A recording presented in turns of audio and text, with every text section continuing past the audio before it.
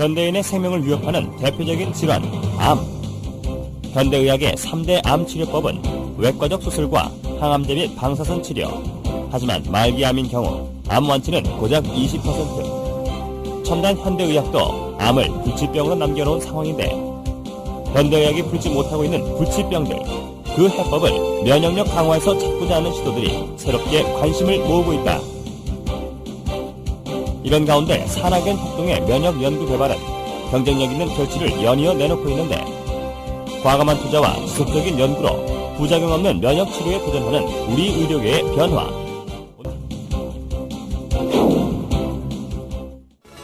천연 생약제에서 추출한 성분으로 만든 항암 기능성 식품이 국내에서 처음으로 개발돼서 이르면 이달 안에 시판될 예정입니다. 조용호 기자가 전합니다. 항암과 암치료 부작용이나 성인병을 예방하기 위해 개발된 기능성 식품입니다. 해모힘과 해바톤으로 이름 지어진 이들 식품은 생체 손상을 막고 소혈과 면역 증진, 생체 조직의 재생을 촉진하는 기능을 발휘합니다. 이러한 효능을 입증하기 위해 쥐에게 암세포를 투여해봤습니다. 암세포가 계속 전이되는 왼쪽 쥐와는 달리 기능성 식품을 투여한 오른쪽 쥐에서는 암세포 억제 효과가 나타났습니다. 이번에 개발된 이 두 기능성 식품은 해바라기와 당귀 등 우리의 전통 한약재에서 그 성분을 추출했습니다. 생명공학과 방사선 기술로 천연생약제를 조합해 새로운 복합 물질을 만드는 방식을 썼습니다. 각각의 성분들을 분리를 해서 그것의 각각의 효능을 검증한 다음에 효능을 극대화할 수 있게 다시 그 성분들을 재구성한 겁니다. 종전의 천연생리 활성물질은 항암 효능에 한계가 있고 독성까지 강했습니다. 하지만 이번에 개발된 항암 기능성 식품은 여러 성분을 조합해 효능을 높이고 독성은 없앴습니다. 이들 항암 기능성 식품은 원자력 병원 등에서의 임상시험과 병행해 이번 달 안에 시판될 예정입니다. KBS 뉴스 조용호입니다. 환자의 면역력을 탁월하게 높여주는 새로운 생약 복합제가 국내 연구진에 의해 개발됐습니다. 임상시험 결과 백혈구 회복을 높여주고 암치료 부작용도 크게 없애주는 것으로 나타났습니다. 최성원 기자가 소개합니다. 생약을 섞어서 만든 해모임이란 생약물질입니다. 원자력 연구소는 천연 생약제 30여 종을 집중 분석한 끝에 당귀와 천궁, 백작약 등을 재합성해 이 생약물질을 만들었습니다. 이들 생약제에는 면역을 활성화시키고 조혈장애를 없애는 황산화물이 있는데 연구팀은 이 성분들을 재구성하는 방법으로 면역 증강물질을 개발했습니다. 원자력병원에서 임상시험을 한 결과 새 생약물질은 암 환자들의 면역력을 크게 높이는 것으로 나타났습니다. 유방암과 자궁암 환자 각각 12명에게 새 생약물질을 복용시켰더니 모두 회복 속도가 60% 정도 빨라졌습니다. 특히 이 생약 복합제는 암치료에 따른 염증이나 구토 같은 부작용을 크게 줄일 수 있는 것으로 나타났습니다.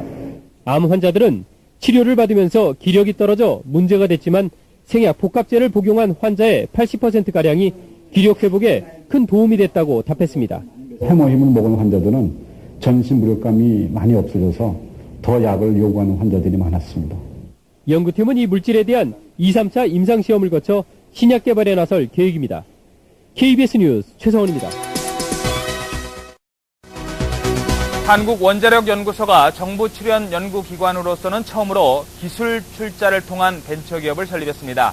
이번 투자는 금전이 아닌 기술 투자에서 연구기관 벤처 창업의 새로운 모델로 평가받고 있습니다. 대전에서 이정우 기자가 보도합니다. 천연 생약 복합 조성물인 해모임입니다. 한국원자력연구소가 중장기 연구개발 사업으로 개발한 이 생약 복합제는 동물 실험과 암 환자 임상실험에서 효능이 입증되고 있습니다. 이 물질은 임상실험 결과 면역세포 회복 증진과 염증 등의 부작용 억제 효과가 뛰어나고 방사성 치료에 의한 암 발생 억제 효과도 60% 이상 높은 것으로 확인됐습니다. 암 환자 치료 시에 보조제로 활용할 수 있는 것뿐만 아니라 성인병이나 만성질환 환자들에서 면역 조절 기능 회복에 아주 잘 활용될 수 있을 거로 생각이 됩니다. 이 연구 성과물이 기술 출자 형태로 산업체에 이전돼 벤처기업으로 다시 태어났습니다. 이번 기술 출자는 한국원자력연구소가 직접 벤처기업에 공동으로 참여하는 방식으로 그동안의 단순한 기술 이전과는 다릅니다.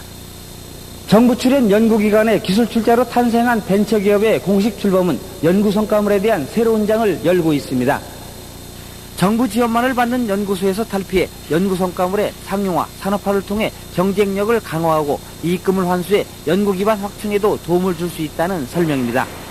연구자들이 더 용기를 가지고 더 좋은 연구 성과 내고 성과가 나오는 대로 민간에 이렇게 기술을 넘겨줘서 민간이 또 새로운 기업을 자꾸 창출하는 그런 아마 좋은 전기를 마련했다고 이렇게 봅니다. 기술투자 벤처기업은 금전 등 실물 자산이 아닌 특허와 실용신안 등 기술 투자로 이루어지기 때문에 연구기관 벤처 창업의 새로운 모델로 평가받고 있습니다. YTN 이정우입니다.